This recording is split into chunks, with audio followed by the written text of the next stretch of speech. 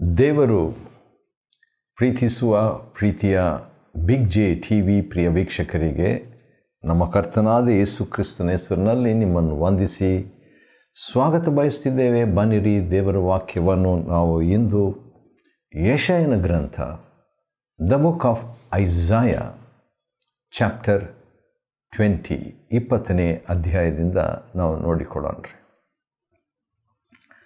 ಇಲ್ಲಿ ಐಗುಪ್ತದ ವಿಷಯವಾದ ದೈವೋಕ್ತಿ ಮುಂದುವರಿತಾ ಇದೆ. ಆದರೂ ಕೂಡ ನಾವು ನೋಡೋದಾದರೆ ಇಲ್ಲಿ ಹೆಚ್ಚಾಗಿ ಅಶ್ಶೂರ್ಯದ ಬಗ್ಗೆ ಕೂಡ ಇರುವಂಥದ್ದನ್ನು ನಾವು ನೋಡ್ತೇವೆ. ಮತ್ತು ಆ ಕೂಶಿನ ವಿಷಯವಾಗಿ ಅಂದರೆ ಎಥಿಯೋಪಿಯಾದ ವಿಷಯವಾಗಿ ಕೂಡ ನಾವು ನೋಡ್ಬೋದು. ಇಲ್ಲಿ ನಡೆದಂಥ ಘಟನೆ ಹಿನ್ನೆಲೆ ಈ ರೀತಿಯಾಗಿದೆ. ಅದೇನಂತ ಹೇಳಿದರೆ, ಐಗುಪ್ತಕ್ಕೂ ಕೂಶ್ ದೇಶಕ್ಕೂ ಸಂಭವಿಸುವ ದಂಡನೆ ಅಥವಾ ತೀರ್ಪು, ಅದನ್ನು ಯೆಶಾಯನು ತನ್ನ ಜೀವನದಿಂದ ತೋರಿಸುವಂಥದ್ದೇ ಇಲ್ಲಿದೆ. ಮತ್ತು ಅಶ್ಶೂರ್ಯದ ರಾಜನಾದ ಸರ್ಗೋನನು, ಹೌದು, ಸರ್ಗೋನನ ವಿಷಯವಾಗಿ ನಾವು ನೋಡಿಕೊಳ್ಳೋದಾದರೆ 2ನೇ ಅರಸುಗಳ ಗ್ರಂಥದ ಕಡೆಗೆ ನಾವು ನೋಡೋದಾದರೆ ಸ್ವಲ್ಪ ನಮಗೆ ಅವನ ವಿಷಯವಾಗಿ ಕ್ಲೂ ಸಿಗ್ತದೆ. 18ನೇ ಅಧ್ಯಾಯ ಮತ್ತು 7ನೇ ವಚನದಲ್ಲಿ ನಾವು ಇದನ್ನು ನೋಡಿಕೊಳ್ಬೋದು. ಓದ್ತೇನೆ. ಅರಸನಾದ ಹಿಜ್ಕೀಯನ ಕಾಲದಲ್ಲಿ ನಡೆದಂಥ ಒಂದು ಘಟನೆ. ಯಾಕಂತೇಳಿದರೆ, ಯೆಶಾಯನು ಪ್ರವಾದನೆ ಮಾಡಿದಾಗ ಯಾವ ಅರಸರು ಇದ್ದರು ಎಂಬುದಾಗಿ 1ನೇ ವಚನದಲ್ಲಿ ನಾವು ನೋಡಿಕೊಳ್ಳಬಹುದು. ಯೆಶಾಯ 1ನೇ ಅಧ್ಯಾಯ 1ನೇ ವಚನದಲ್ಲಿ ಯೆಹೂದ ದೇಶದ ಅರಸರಾದ ಉಜ್ಜಿಯ 1, ಯೋಥಾಮ 2, ಆಹಾಜ 3, ಹಿಜ್ಕೀಯ 4. ಹಾಗಾದರೆ ಇಷ್ಟೊಂದು ಅರಸರು ಇದ್ದಂಥ ವೇಳೆಯಲ್ಲಿ ಅವರು ಭಾಗ್ಯವಂತರಂತ ಹೇಳಬೇಕು. ಯಾಕಂದರೆ ಯೆಶಾಯ, ಮಹಾಭಕ್ತನಾದ ಯೆಶಾಯನು ಕೂಡ ಅವರ ಜೊತೆಯಲ್ಲಿದ್ದನು, ಅವರ ಕಾಲದಲ್ಲಿದ್ದನು. ಆದರೆ ವಿಷಾದ, ಅವರ ಯೆಶಾಯನ ಎಲ್ಲ ಪ್ರವಾದನೆ ಮಾತುಗಳನ್ನು ಅವರು ತಕ್ಕೊಳ್ಳಿಲ್ಲ. ಹಿಜ್ಕೀಯನ ಬಗ್ಗೆ ನಾವು ನೋಡುವಾಗ 18ನೇ ಅಧ್ಯಾಯದಲ್ಲಿ ಆದಂಥ ಒಂದು ಘಟನೆ 7ನೇ ವಚನ ಓದ್ತೇನೆ. 2ನೇ ಅರಸುಗಳ ಗ್ರಂಥ 18ನೇ ಅಧ್ಯಾಯ, second book of Kings chapter 18 verse 7. ಯೆಹೋವನು ಇವನ ಸಂಗಡ ಇದ್ದದರಿಂದ ಎಲ್ಲಿಗೂ ಹೋದರೂ ಕೃತಾರ್ಥನಾಗಿ ಬರುತ್ತಿದ್ದನು. ಇವನು ಯಾರ ಬಗ್ಗೆ? ಇದು ಹಿಜ್ಕೀಯನ ಬಗ್ಗೆ. ಮಹಾಭಕ್ತನು, ದೊಡ್ಡ ಉಜ್ಜೀವನ ಇವನ ಕಾಲದಲ್ಲಿ ಆಯಿತು. ಎಂಥ ಒಂದು ದೊಡ್ಡ ಉಜ್ಜೀವನವಾಯಿತು ಅಂತ ಹೇಳಬೇಕಾದ್ರೆ, ಮೋಶೆಯ ಸರ್ಪ, ಅದಕ್ಕೆ ಒಂದು ಹೆಸರು ಕೂಡ ಕೊಟ್ಟುಬಿಟ್ಟಿದ್ರು. ಅದೇನಂತೇಳಿದ್ರೆ ನೆಹುಷ್ಟಾನ್ ಅಂತ ಹೇಳಿಬಿಟ್ಟು ಒಂದು ಹೆಸರು ಅದಕ್ಕೆ ಕೊಟ್ಟುಬಿಟ್ಟು, ನೆಹುಷ್ಟಾನ್ ಅಂಥೇಳಿದರೆ ತಾಮ್ರದ್ದು ಅಂತ ಅರ್ಥ, ತಾಮ್ರ ಸರ್ಪ. ಅದನ್ನು ಆರಾಧನೆ ಮಾಡ್ತಾಯಿದ್ರಂತ, ಅದನ್ನು ಪೂಜೆ ಮಾಡ್ತಾಯಿದ್ರು. ಎಷ್ಟೋ ಕಾಲದಿಂದ, ಮೋಶೆ ಕಾಲದಿಂದ ತರುವಾಯ ಹಿಜ್ಕೀಯನ ಕಾಲದವರೆಗೆ ಅಂಥ ಒಂದು ತಪ್ಪನ್ನು ದೇವಜನರು ಮಾಡ್ತಾಯಿದ್ರು. ಮಾಡ್ತಾ ಇದ್ದಾಗ ಹಿಜ್ಕೀಯನೇನು ಮಾಡ್ತಾನೆ, ಆ ಒಂದು ತಾಮ್ರ ಸರ್ಪವನ್ನು ಮೋಶೆ ಮಾಡಿದ್ದೇ ಆಗಿದ್ದರೂ ಕೂಡ ಅದನ್ನು ಚೂರು ಮಾಡಿ, ಹೌದು, ಇಸ್ರಾಯೇಲರು ಆ ರೀತಿ ಮಾಡಬಾರ್ದು ಎಂಬಂಥ ಶಿಸ್ತನ್ನು, ಸುಧಾರಣೆಯನ್ನು, ಭಕ್ತಿ ಸಂಜೀವನವನ್ನು ತಂದಂಥ ವ್ಯಕ್ತಿ ಹಿಜ್ಕೀಯನು. ಅವನು ಎಲ್ಲೆಲ್ಲಿ ಹೋದರೂ ಕೂಡ ದೇವರು ಅವನ ಸಂಗಡ ಇದ್ದುದರಿಂದ ಕೃತಾರ್ಥನಾಗಿ ಬರುತ್ತಿದ್ದನು.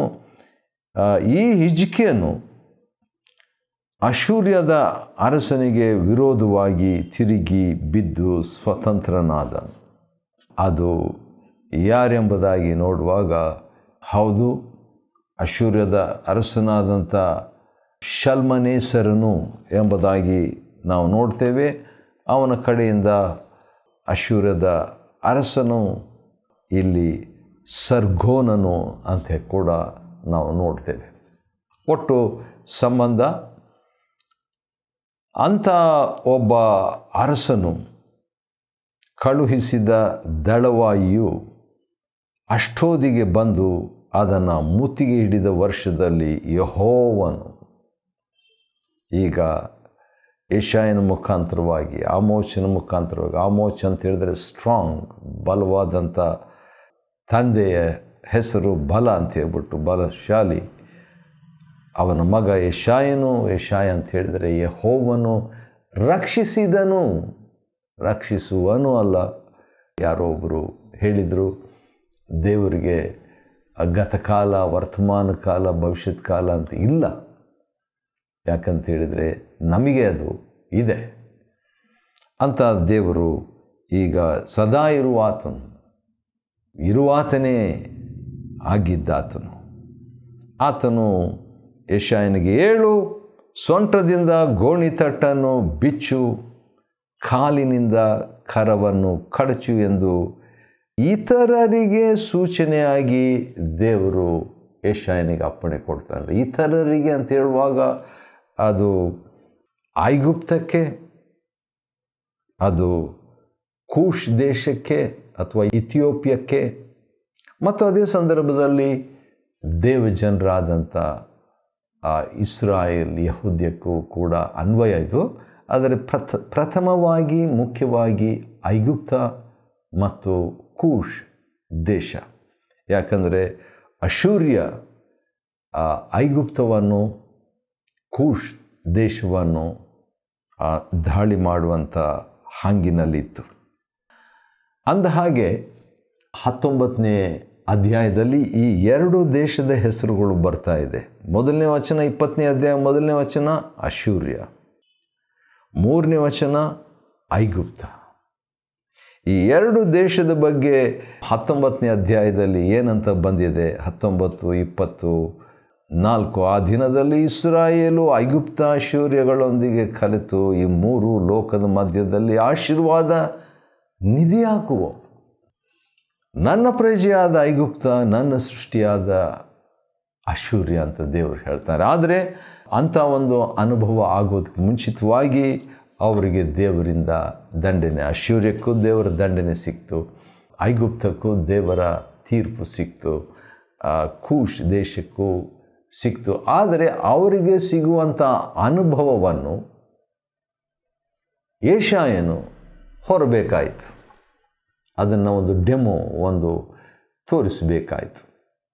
ಅದರಿಂದ ಒಂದು ಆಳವಾದ ಪಾಠ ಅಥವಾ ಆತ್ಮಿಕ ಪಾಠ ಏನಂದರೆ, ಬೇರೆಯವರ ಪರವಾಗಿ ತಾನು ಅನುಭವ, ಕಷ್ಟ ಪಡಬೇಕಾಯಿತು ಪ್ರವಾದಿ.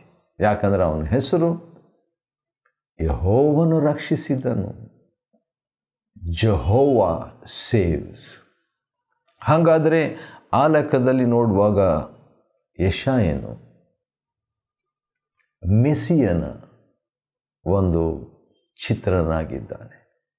Is a picture. Isaiah is a picture of the Messiah. ಯಾಕೆ ನೋಡೋಣ ಬನ್ನಿರಿ ಯಾವ ರೀತಿ ಅಂತ ಹೇಳ್ಬಿಟ್ಟು. 7, ಸೊಂಟದಿಂದ ಗೋಣಿತಟ್ಟನ್ನು ಬಿಚ್ಚು, ಕಾಲಿನಿಂದ ಕೆರವನ್ನು ಕಳಚು, ಇತರರಿಗೆ ಸೂಚನೆಯಾಗಿ, ಇತರರಿಗೆ ಸೂಚನೆಯಾಗಿ. ಹೌದು, ನಮ್ಮ ಕರ್ತನಾದ ಯೇಸು ಕ್ರಿಸ್ತನು ಕೂಡ ಇತರರಿಗೆ ಸೂಚನೆಯಾಗಿ ಬಂದದ್ದಷ್ಟೇ ಅಲ್ಲ, ಆತನು ಬಲಿಯಾದನು ಕೂಡ. ಆದರೆ ಯೆಶಾಯನು ಬರೇ ಸೂಚನೆಯಾದನು. ಆದರೆ ಒಂದು ರೀತಿಯಿಂದ ಅವನು ಕೂಡ ದೇವರಿಗಾಗಿ ಪ್ರಾಣ ಕೊಟ್ಟನಂತ ಚರಿತ್ರೆ ಹೇಳ್ತದೆ.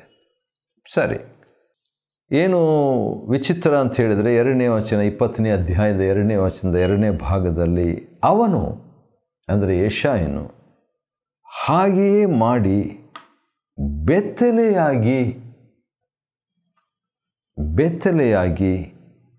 ಕೆರವಿಲ್ಲದೆ ತಿರುಗುತ್ತಿದ್ದನು.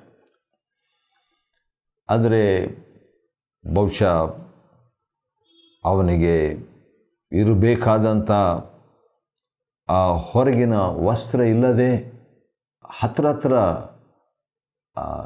ವಸ್ತ್ರ ಬಂದು ಯಾರು ಧರಿಸ್ಕೊಳ್ತಿದ್ರು ಆ ದಿವಸಗಳಂದರೆ ಎಲ್ಲರೂ ಧರಿಸ್ಕೊಳ್ತಿದ್ರು. ಆದರೆ ಸರಿಯಾದ ವಸ್ತ್ರ ಯಾರಿಗೆ ಇರಲಿಲ್ಲ ಅಂತ ಹೇಳುವಾಗ ಗುಲಾಮರಿಗೆ slave did not have the privilege of having proper cloth. ಒಳ್ಳೆಯ ವಸ್ತ್ರ ಅಥವಾ ಸಾಮಾನ್ಯ ವಸ್ತ್ರ ಇರಲಿಲ್ಲ. ಭಾಳ ವಿಚಿತ್ರವಾದಂಥ ಒಳ ವಸ್ತ್ರ ಮಾತ್ರ ಧರಿಸ್ಕೊಳ್ತಿದ್ರು. ಹತ್ರ ಆ ರೀತಿಯಾಗಿ ಹೇಳುವಾಗ ಬೆತ್ತಲೆಯಾಗಿ ಇದ್ದಂಥ ವ್ಯಕ್ತಿ ಗುಲಾಮ. ಅಷ್ಟೇ ಅಲ್ಲ, ಕಾಲಿಗೆ ಕೆರವಿರಲಿಲ್ಲ. ಯಾಕೆ ಬೇಕು ನಿನಗೆ ಚಪ್ಪಲಿ, ಯಾಕೆ ಬೇಕು ನಿನಗೆ ಶೂ? ನೀನು ಗುಲಾಮ ಅಲ್ಲ. ನಾವು ಯಜಮಾನರು ನಮಗೆ ಬೇಕು, ಆದರೆ ಗುಲಾಮರ ಅಂತ ನಿಮಗೆ ಇಲ್ಲ ಅನ್ನುವಂಥ ಒಂದು ಮನೋಭಾವನೆ ಆ ದಿವಸಗಳಲ್ಲಿ ಬಹಳವಾಗಿತ್ತು. ಅಂಥ ಒಂದು ಚಿತ್ರ ಮೂಲ ಅಗತ್ಯ, ಬೇಸಿಕ್ ನೀಡ್ಸ್. ವಸ್ತ್ರ ಬೇಸಿಕ್ ನೀಡ್ಸ್, ಕಾಲಿಗೆ ಕೆರ, ಇವೆರಡೂ ಕೂಡ ತೆಗೆದುಬಿಟ್ಟ ಮೇಲೆ ಅವನು ಪೂರ್ಣ ಗುಲಾಮನು ಎಂಬುದಾಗಿ, ಹಕ್ಕಿಲ್ಲದವನು. ಅಂಥ ಒಂದು ಅನುಭವ ಯೆಶಾಯನಿಗೆ ದೇವರು ಕೊಟ್ಟರು. ಈಗ ನಮಗೆ ಒಂದು ವೇಳೆ ಅರ್ಥ ಆಗಿರಬೇಕು. ಯಾಕಂತೇಳಿದರೆ ತಪ್ಪಿ ಹೋದ ಮಗನ ಕಥೆಯಲ್ಲಿ ಬನ್ನಿರಿ ನಾವು ಅಲ್ಲಿ ನೋಡಿಬಿಟ್ಟು ಮತ್ತೆ ಹಿಂದಿರುಗಿ ಯೆಶಾಯ 20ನೇ ಅಧ್ಯಾಯಕ್ಕೆ ಬರೋಣ. ಲೂಕನು ಬರೆದ ಸುವಾರ್ತೆ 15ನೇ ಅಧ್ಯಾಯದಲ್ಲಿ ಒಂದು ಸಂಗತಿಯನ್ನು ಅಥವಾ 2 ಸಂಗತಿಯನ್ನು ನಿಮಗೆ ತೋರಿಸ ಬಯಸ್ತೇನೆ. 15ನೇ ಅಧ್ಯಾಯ ಮತ್ತು 22ನೇ ವಚನ ನಾವು ನೋಡುವಾಗ, ತಪ್ಪಿ ಹೋದ ಮಗನು ದೂರ ದೇಶದಿಂದ ಬರ್ತಾನೆ. ಬಂದಾಗ ಏನಾಗಿ ಬರ್ತಾನೆ ಅಂತ ಹೇಳ್ಬಿಟ್ಟು ನೋಡುವಾಗ, ಅವನು ಹಂದಿಯನ್ನು ಕಾಯುವಂಥ ಕೆಲಸ ಅವನಿಗೆ ಸಿಗ್ತದೆ. ಯಾಕಂದರೆ ಹಂದಿಗಳನ್ನು ಮೇಯಿಸುವಂಥ ಕೆಲಸ ಮಾಡಿದಾಗ ಅವನಿಗೆ ಊಟ ಕೂಡ ಮೂಲ ವಸ್ತು. ಹಂದಿಗಳು ತಿನ್ನುತ್ತಿದ್ದ ಕಾಯಿಗಳನ್ನಾದರೂ ತಿಂದು ಹಸಿವೆಯನ್ನು ತೀರಿಸಿಕೊಳ್ಳಬೇಕಂತ ಆಸೆ ಪಟ್ಟನು. ಆದರೂ ಯಾರು ಅವನಿಗೆ ಕೊಡಲಿಲ್ಲ. ಹಾಗಾದರೆ ತಪ್ಪಿ ಹೋದ ಮಗನು ಗುಲಾಮನಾಗಿದ್ದ ದೂರದೇಶದಲ್ಲಿ. ಊಟ ಇರಲಿಲ್ಲ, ಅದರಲ್ಲಿ ಹಂದಿ ತಿನ್ನುವಂಥ ಊಟ ಕೂಡ ಇವನಿಗೆ ಸಿಕ್ಕಲಿಲ್ಲ. ಎರಡನೇದು ವಸ್ತ್ರ ಇರಲಿಲ್ಲ. ಮೂರನೇದು ಕಾಲಿಗೆ ಅವನಿಗೆ ಜೋಡು ಇರಲಿಲ್ಲ. ಆದ ಕಾರಣ ಅಷ್ಟೇ ಅಲ್ಲ, ಅವನು ಗುಲಾಮನಾಗಿ ಅಲ್ಲಿ ಕೆಲಸ ಮಾಡಿದ್ದ ಅಷ್ಟೇ ಅಲ್ಲ, ಅವನು ಅಂದುಕೊಳ್ಳುವ ಕೂಡ ನಾನು ನನ್ನ ತಂದೆ ಮನೆಗೆ ಏನಂತ ಮಗನೆನಿಸಿಕೊಳ್ಳುವುದಕ್ಕೆ ಯೋಗ್ಯನಲ್ಲ, ನಿನ್ನ ಕೂಲಿ ಆಳುಗಳಲ್ಲಿ ಗುಲಾಮರಲ್ಲಿ ಒಬ್ಬನಂತೆ ಮಾಡು ಎಂಬುದಾಗಿ ಹೇಳಿಬಿಟ್ಟು ಬರ್ತಾ ಇರುವಾಗ ತಂದೆ ಹೇಳಿದ ಮಾತು ಆಶ್ಚರ್ಯ. 15ನೇ ಅಧ್ಯಾಯ ಲೂಕನ ಬರೆದ ಸುವಾರ್ತೆ 22ರಲ್ಲಿ ತನ್ನ ಆಳುಗಳಿಗೆ, ಗುಲಾಮರಿಗೆ ಅಥವಾ ಸೇವಕರಿಗೆ ಹೇಳ್ತಾನೆ, ತಂದೆ ಶ್ರೇಷ್ಠ ನಿಲುವಂಗಿಯನ್ನು ಥಟ್ಟನೆ ತಂದು ಇವನಿಗೆ ತೊಡಿಸ್ರಿ. ಯಾಕಂದರೆ ಅವನು ಗುಲಾಮನಲ್ಲ, ಮಗ. ಆಮೇಲೆ ಕಾಲಿಗೆ ಜೋಡು ಮೆಡಿಸಿರಿ. ಹೌದು, ಗುಲಾಮನಲ್ಲ ಅನ್ನುವಂಥದ್ದನ್ನು ತಂದೆ ರುಜುಪಡಿಸ್ತಾರೆ. ಇಲ್ಲಿ ಮಗನಾಗಿದ್ದಂಥ, ಪ್ರವಾದಿಯಾಗಿದ್ದಂಥ, ದೇವರನ್ನೇ ಸ್ವತಃ ಕಂಡಂಥ ಪ್ರವಾದಿ ಯೆಶಾಯನು, ಯೆಹೋವನು ರಕ್ಷಿಸುವನು ಎಂಬಂಥ ಹೆಸರಿನ ಪ್ರವಾದಿ ಈಗ ಏನಾಗ್ಬಿಡ್ತಾನೆ? ಗುಲಾಮನಾಗ್ಬಿಡ್ತಾನೆ ಅಂತ ಹೇಳಿದ್ರೆ ಒಂದು ಸೂಚನೆಗಾಗಿ. ಅದು ಜೀವಮಾನವಲ್ಲ, ತಾತ್ಕಾಲಿಕವಾಗಿ. ತಾತ್ಕಾಲಿಕ ಅಂದರೂ ಕೂಡ ಭಾಳ ಟೈಮು ನೋಡ್ರಿ. 3ನೇ ವಚನದಲ್ಲಿ ನೋಡುವಾಗ 3 ವರ್ಷ ಏನಾಗಬೇಕು? ಯೆಶಾಯನು 3 ವರ್ಷ ಐಗುಪ್ತದ, ನನ್ನ ಸೇವಕನಾದ ಯೆಶಾಯನು ಐಗುಪ್ತದ ಮತ್ತು ಕೂಷಿನ ನಾಶನಕ್ಕೆ ಸೂಜಿಗದ ಗುರುತಾಗಿ 3 ವರ್ಷ ಬಟ್ಟೆ ಕೆರೆಗಳಿಲ್ಲದ ನಡೆದ ಪ್ರಕಾರ ಅಶ್ಶೂರ್ಯದ ಅರಸನು ಐಗುಪ್ತದ ಸೆರೆಯವರನ್ನು, ಕೂಷಿನ ಖೈದಿಗಳನ್ನು, ಅವರು ದೊಡ್ಡವರಾಗಲಿ ಚಿಕ್ಕವರಾಗಲಿ ಬಟ್ಟೆ ಕೆರೆಗಳಿಲ್ಲದೆ ಅವರು ಐಗುಪ್ತದ ಮಾನ ಭಂಗಕ್ಕೋಸ್ಕರ ಸೆರೆಗೆ ನಡೆಯುವಂತೆ ಮಾಡುವೆನು. ಹೌದು, ಅವರು ಆ ರೀತಿಯಾಗಿ ಇದ್ದಂಥ ವಿಷಯ ಆಶ್ಚರ್ಯ. ಅದು ಯೆಶಾಯನ ಪಾಲಿಗೆ ಬಂತು ಅಂತ ನಾವು ನೋಡಿಕೊಳ್ತೇವೆ. ಪ್ರವಾದಿಗಳು ಕೆಲವು ಸಾರಿ ಹಳೆ ಒಡಂಬಡಿಕೆಯಲ್ಲಿ ತಾವು ಮಾಡುವಂಥ ಒಂದು ಸೇವೆ ಬರೀ ಸಂದೇಶ ಬಾಯಿಂದ ಕೊಡುವಂಥದ್ದಲ್ಲ. ಅವರು ತಮ್ಮ ಜೀವನದಲ್ಲಿ, ತಮ್ಮ ಹೆಸರಿನಲ್ಲಿ, ತಮ್ಮ ಆತ್ಮದಲ್ಲಿ, ತಮ್ಮ ಅನುಭವದಲ್ಲಿ, ತಮ್ಮ ಗುಣ ಸ್ವಭಾವದಲ್ಲಿ ನಿಜವಾಗಿ ಅವರು ಕರ್ತನಿಗೆ ಸಂಪೂರ್ಣವಾಗಿ ಒಪ್ಪಿಸಿಕೊಟ್ಟಂಥವರಾಗಿದ್ದರು. ಆ ರೀತಿಯಾಗಿರ್ಲಿಕ್ಕೆ ನಾನು ಇಷ್ಟಪಡ್ತೇನೆ. ಆ ರೀತಿಯಾಗಿ ನಾನು ಇಲ್ಲ, ಅಷ್ಟೊಂದು ಒಂದು ಭಕ್ತಿಪೂರ್ವಕವಾದಂಥ ಸಮರ್ಪಣೆ ಆದರೂ ಕೂಡ ಅದಕ್ಕಾಗಿ ಹಾರೈಸೋದರಲ್ಲಿ ತಪ್ಪಿಲ್ಲ. ಹಾರೈಸುವಂಥದ್ದು ಒಳ್ಳೆಯದೇ. ಹೌದು, ಒಂದು ವೇಳೆ ನಮಗೆ ದೇವರು ಇಂಥ ಮಾತು ಹೇಳಿದರೆ ನಾವು ಒಂದು ವೇಳೆ ಆ ರೀತಿಯಾಗಿ 3 ವರ್ಷ ವಸ್ತ್ರ ಚಪ್ಪಲಿ ಇಲ್ಲದೆ ನಡೀತಿದ್ವೋ ಏನೋ ಗೊತ್ತಿಲ್ಲ. ಆದರೆ ನಡೀಬೇಕು. ಒಂದು ದಿನ ಕಾಲಿಗೆ ಕೆರವಿಲ್ಲದೆ ನಡೆದು ಪ್ರಯತ್ನ ಮಾಡುವಾಗ ಭಾಳ ಕಷ್ಟ ಅನ್ನಿಸ್ತದೆ. ಯಾಕಂತೇಳಿದರೆ ಕೆಲವರು ಮನೆಯಲ್ಲಿ ಕೂಡ ಕೆರೆಗಳನ್ನು ಹಾಕಿಕೊಂಡಿರುವಂಥದ್ದು ಸಾಧ್ಯ. ಮನೆಗೆ ಬಂದ ತಕ್ಷಣ ಚಪ್ಪಲಿ ತೆಗಿಬೇಕಂತಿಲ್ಲ, ಮನೆಯಲ್ಲಿ ಕೂಡ ಒಂದು ಬೇರೆ ಟೈಪ್ ಚಪ್ಪಲಿ ಹಾಕ್ಕೊಂಡಿರ್ತಾರೆ, ಯಾಕಂದರೆ ಅದು ಅಗತ್ಯವಾದಂಥದ್ದು.